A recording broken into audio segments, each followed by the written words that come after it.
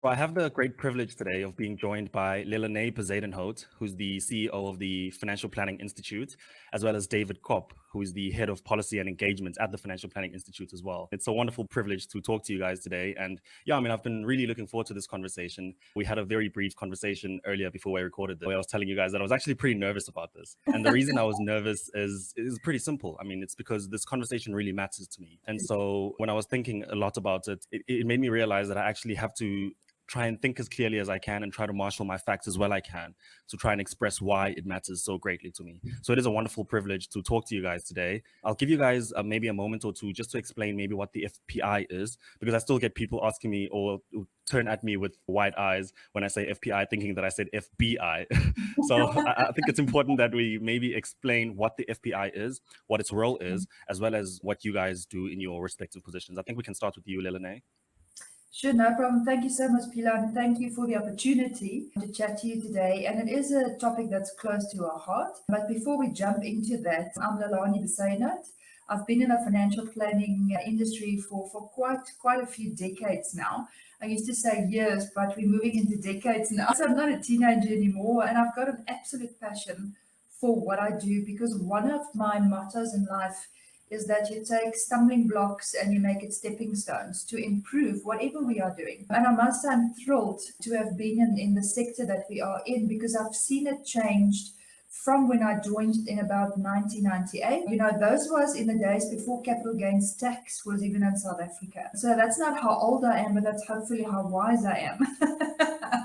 So yes, we had capital gains coming in, we had phase coming in. Back in those days, we only had PPR, policy protection rule. And it was quite a different world back in those years. You know, those years it was literally the broker selling policies. And the sector back in those years, those decades ago, it didn't have a good name because of the unscrupulous practices that existed during those years. But we've come a long way. And now, if I can fast forward from 1998 to 2022, that's quite some years that we've been involved. And I've known David since 1998. Yeah, we both started at Liberty Life, and at some stage I actually reported into him. So we've known each other for many years.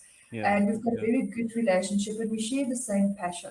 So since Liberty, I've joined the Phase Ombudsman, where I then continue to investigate, especially property syndication cases. And it's at that point in time when I realized that, you know what, we need to do more from a standard setting point of view. So it's no surprise that I'm at the Financial Planning Institute.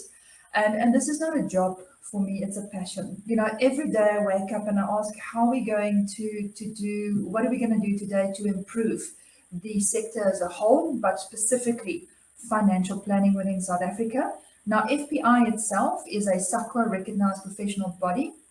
We've been one since 2012, and we've changed our name in about 2001 from ILPA, which was the Institute of Life and Pension Advisors, to the Financial Planning Institute, because during those years, collective investment schemes came in, and we didn't have that also in the early 90s. So we had to change it. And I mean, to talk about collective investment schemes that was new in the early or the late 90s and the early 2000s, to then move into it today, we're talking cryptocurrency. So I think in the early 90s, we would have had no idea what cryptos are all about. Yeah, so we're a SACWA recognized professional body. We're also an international affiliate of the Financial Planning Standards Board. And we're the only affiliate of the FPSB in Africa. But then we're also a recognized controlling body of the South African Revenue Service. And I normally say the whole name and not just SARS, because in other countries, people may think it's the SARS virus, which it's not. It's the South African Revenue Services. So yeah, we're an RCB, we're an affiliate of FPSB, and we are a recognized SACWA professional body. So that's high level, me in a nutshell, and FPI. But I will hand over to my colleague and longtime friend, David. Yeah, and just before you do that, you forgot to mention that you are also the chairperson of that Financial Planning Standards Board, and that's a lot of chairs to be sitting on, hey?